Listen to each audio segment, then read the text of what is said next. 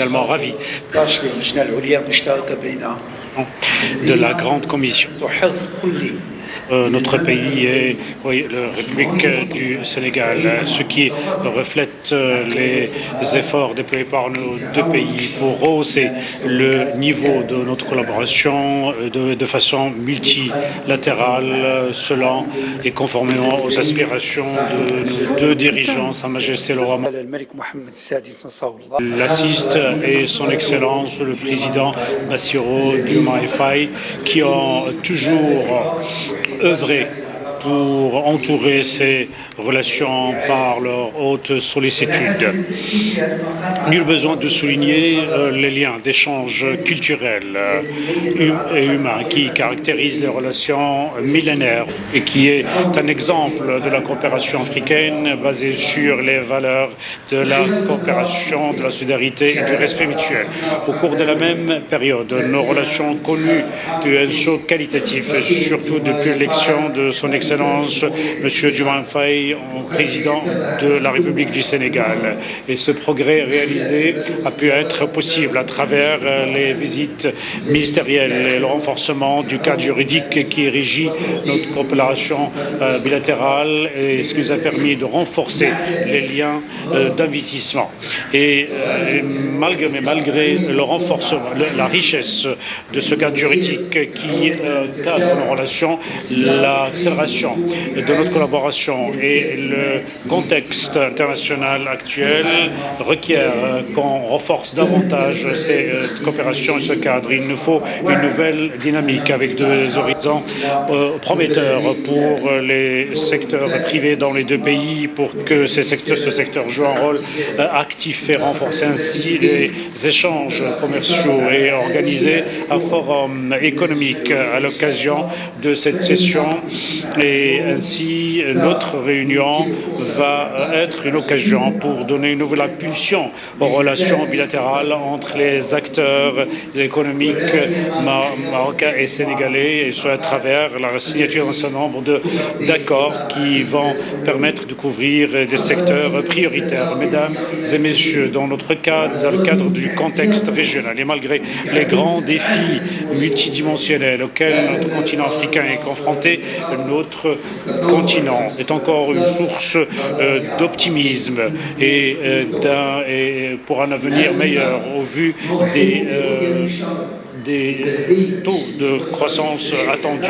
Donc, nous voulons accélérer l'intégration continentale basée sur la solidarité et le développement socio-économique commun, et également sur la base de nos vues tout à fait alignées sur les questions stratégiques. Cependant, notre environnement géostratégique partagé, notamment dans la région du Sahel et les pays atlantiques, se trouve confronté à plusieurs défis divers, ce qui requiert que nos pays mettent une stratégie globale basée sur la solidarité.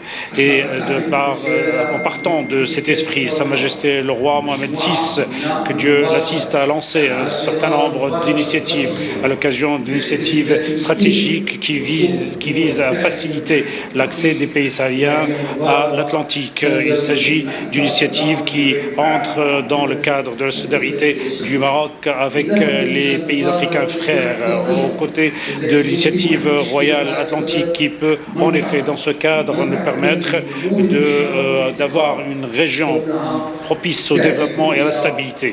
Et ceci vise également à faire en sorte que la région atlantique africaine soit une zone géopolitique qui offre des opportunités d'intégration et de coopération entre les pays membres dans les domaines stratégiques comme l'environnement, la santé, l'énergie, les liaisons logistiques, l'expertise, l'échange des expertises dans les domaines prioritaires. En effet, la réalisation du gazoduc atlantique africain qui lie le Nigeria au Maroc reste un symbole de la coopération entre les pays du Sud. Il est certain que le Sénégal joue un rôle essentiel dans le cadre de ce projet.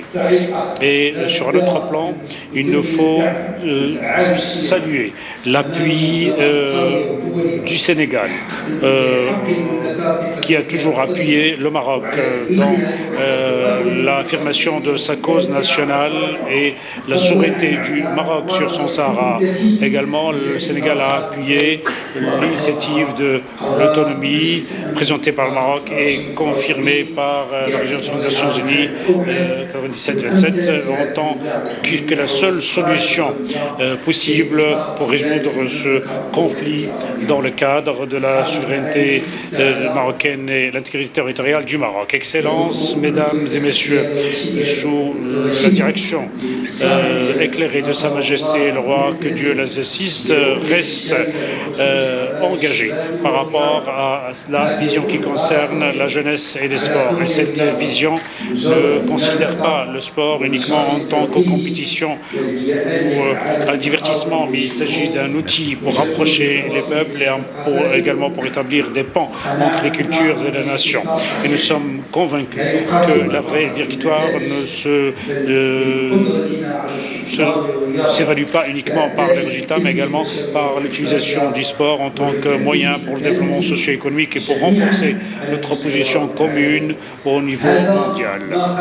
C'est ce que le Maroc a fait au cours de la dernière session de la Cannes, qui a été accueillie par notre pays et qui va rester un jalon important dans le cadre de la compétition africaine. En effet, notre pays a pu ainsi réaliser un saut qualitatif dans le cadre de ses efforts pour le développement et le progrès grâce à la vision sur le long terme de Sa Majesté le Roi. Et avec la même détermination, nous sommes sur le point, nous allons bientôt organiser la Coupe du Monde 2030 aux côtés de nos amis en Espagne et au Portugal. Le but de ces organisations, c'est de faire rayonner une image positive de tout le continent africain. Notre continent montre aujourd'hui qu'elle est capable de vraiment réaliser les plus grandes manifestations sportives.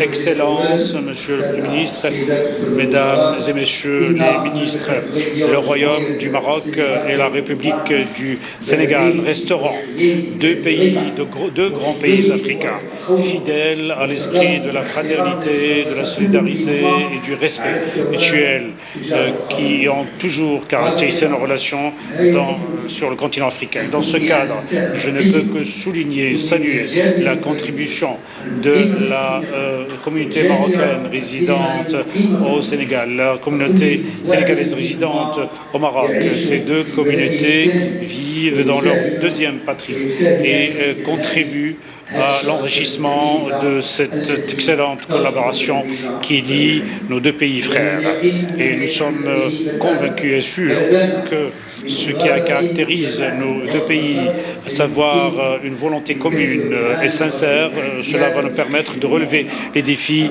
et de réaliser nos aspirations communes pour rehausser davantage nos relations privilégiées. Je voudrais encore une fois souligner notre engagement à renforcer nos relations stratégiques et vraiment les faire parvenir les meilleurs niveaux, les plus hauts niveaux, inspirés par la vision de Sa Majesté le Roi Mohamed VI, que Dieu l'assiste, et Son Excellence Monsieur le Président Faye. Merci beaucoup pour votre attention.